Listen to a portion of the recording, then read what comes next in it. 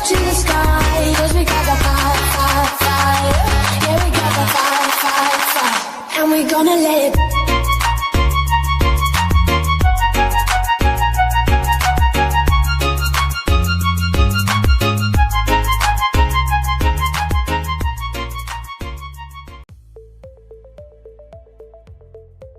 Assalamualaikum warahmatullahi wabarakatuh.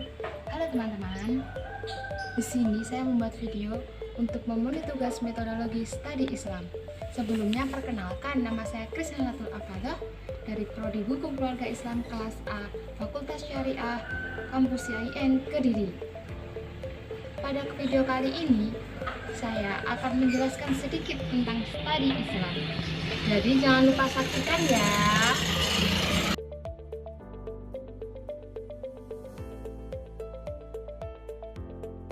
Pertama-tama, pengertian studi Islam. Ya, seperti yang kita tahu, studi kan dari bahasa Inggris yang artinya mempelajari atau mengkaji. Jadi bisa disimpulkan, studi Islam adalah pengkajian secara ilmiah terhadap Islam, baik sebagai sumber ajaran Islam, pemahaman, maupun pengalaman. Bisa dipersempit lagi sih sebenarnya, pengertian tersebut kan masih umum. Jika dipersempit, jadi dalam studi Islam itu yang dikaji itu bukan soal tentang agama Islam saja secara umum, tetapi yang dikaji itu berupa aspek ibadah, filsafat, tasawuf, sejarah kebudayaan Islam, dan lain-lain. Urgensi studi Islam. Urgensi secara umum merupakan dasar dari pengetahuan dalam memecahkan suatu masalah. Jadi studi Islam itu adalah solusi untuk memecahkan sebuah masalah agar Islam itu tidak disalahpahami oleh outsider atau non-muslim. Dengan demikian, urgensi studi Islam dapat diuraikan menjadi dua. Yang pertama, umat Islam saat ini pada kondisi yang problematis. Islam mengalami fase tersulit karena umat Islam dianggap sebagai kaum marginal lemah dalam berbagai aspek kehidupan sosial budaya. Sehingga studi Islam di sini diharapkan mampu memberikan perubahan dan pemikiran yang cemerlang agar Islam dapat berkembang dan maju pada saat ini. Islam juga mengalami fase dilematis, di mana banyak orang yang menganggap bahwa ajaran Islam merupakan hasil penafsiran ulama-ulama terdahulu. Selain hal itu, jika ada seseorang yang berusaha membuat pembaruan dan pemikiran kembali ajaran-ajaran Islam secara rasional dan kritis, mereka dianggap telah meninggalkan dan tidak setia pada ajaran. Dengan demikian, studi Islam diharapkan dapat memecahkan solusi tersebut dengan pendekatan rasional dan objektif. Yang kedua adalah Islam mampu mengikuti perkembangan iptek. Pesatnya perkembangan iptek pada saat ini atau bisa kita sebut dengan globalisasi membuat manusia membutuhkan adanya aturan-aturan, nilai-nilai, dan norma-norma sebagai pegangan hidup. Tetapi, dari mana kita bisa mendapatkan aturan-aturan dan nilai-nilai tersebut? Jawabannya adalah, kita bisa mendapatkan aturan dan nilai-nilai tersebut dengan cara mempelajari kaidah norma-norma dan mengamalkannya dalam kehidupan sehari-hari, serta menjadikannya sebagai pegangan hidup yang universal. Perkembangan iptek itu dapat memberikan dampak negatif dan positif. Dengan kita mempelajari kaidah norma-norma tersebut, diharapkan kita bisa mengontrol diri kita sehingga kita bisa bijak dan bertanggung jawab dalam menggunakan perkembangan iptek agar kita tidak terjerumus dalam dampak yang negatif. Signifikasi studi Islam. Signifikasi secara umum adalah pemahaman menggunakan tanda-tanda yang dapat dilihat. Maksudnya itu yang bisa ditangkap dengan panca indera. Contohnya seperti larangan meminum khamr.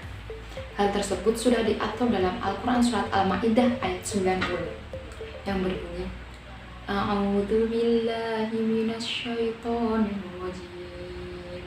Bismillahirrahmanirrahim.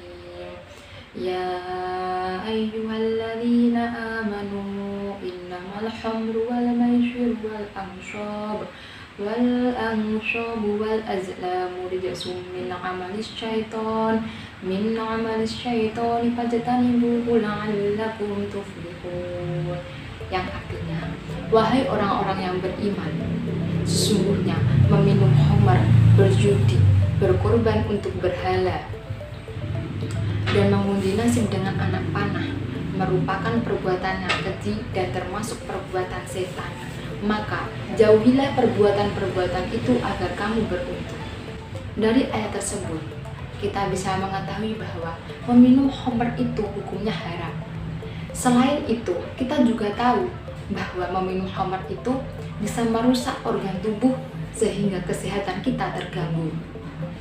Dan meminum khamr itu juga bisa menghilangkan kesadaran kita secara sementara. Dengan hilangnya kesadaran secara sementara itu tidak menutup kemungkinan bahwa kita bisa melakukan tindakan kriminalitas.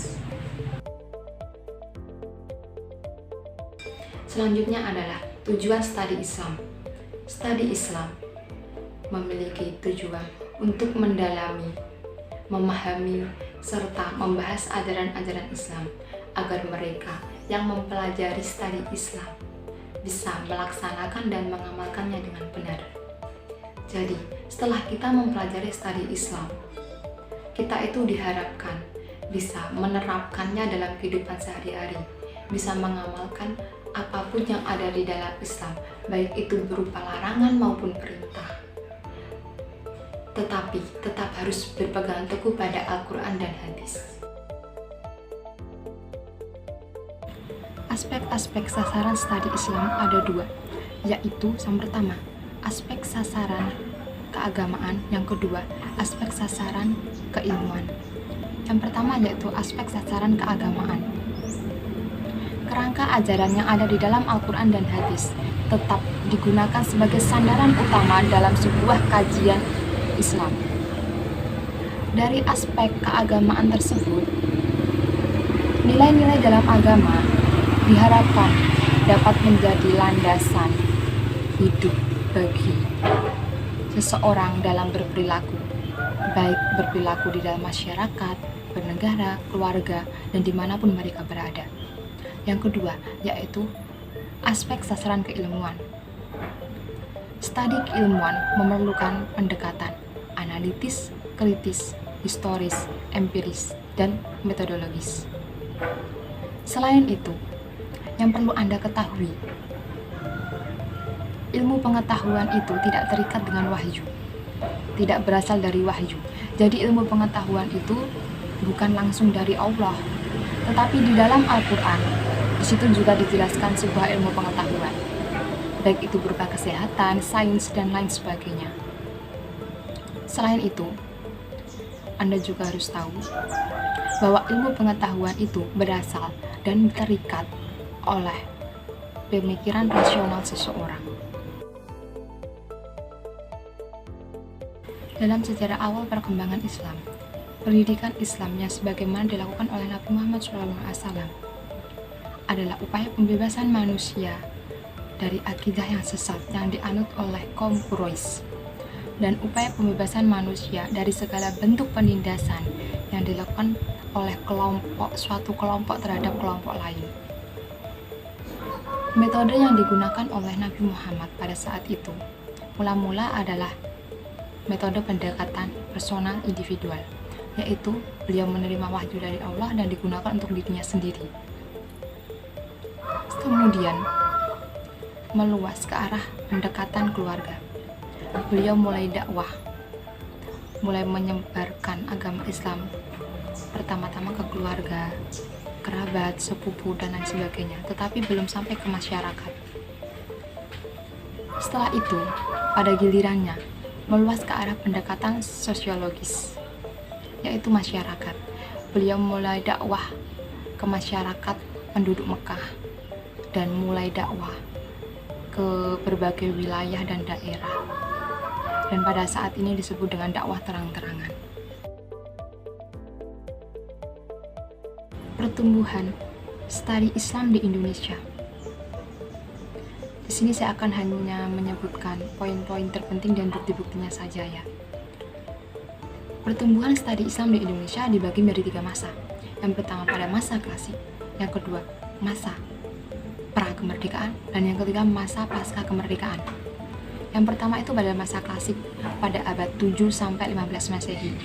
Pada abad ini, para pedagang dari Arab, Persia, dan India datang sebagai mubalik atau yang bisa disebut dengan guru, orang yang mengajarkan ilmu.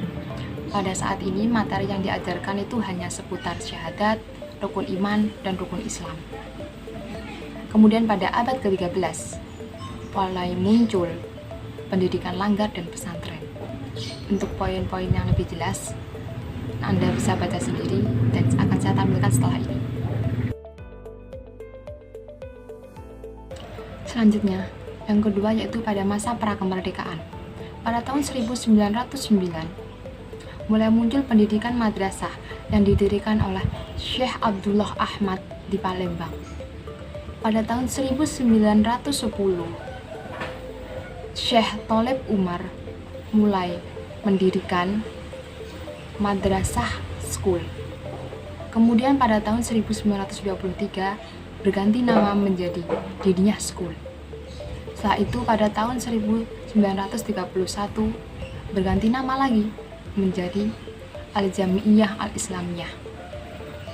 Kemudian pada tahun 1912 Muhammadiyah mendirikan HIS. Selanjutnya mendirikan sekolah guru, SD 5 tahun, dan mendirikan madrasah. Untuk poin-poin lengkapnya akan saya tampilkan setelah ini.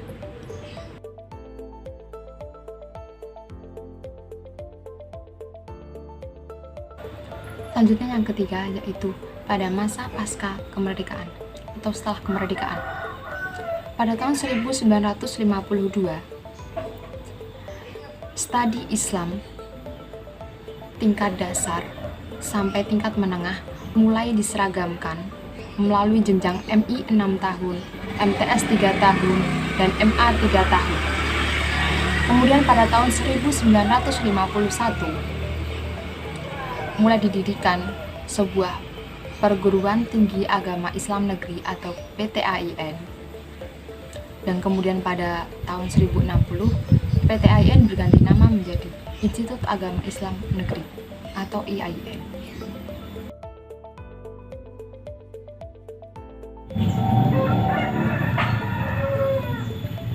Cukup sekian yang dapat saya sampaikan. Apabila ada kesalahan tutur kata maupun materi yang saya sampaikan, saya mohon maaf sebesar-besarnya. Terima kasih. Wassalamualaikum warahmatullahi wabarakatuh. Jangan lupa bersyukur dan tetap jadi pribadi yang lebih baik. Bye-bye.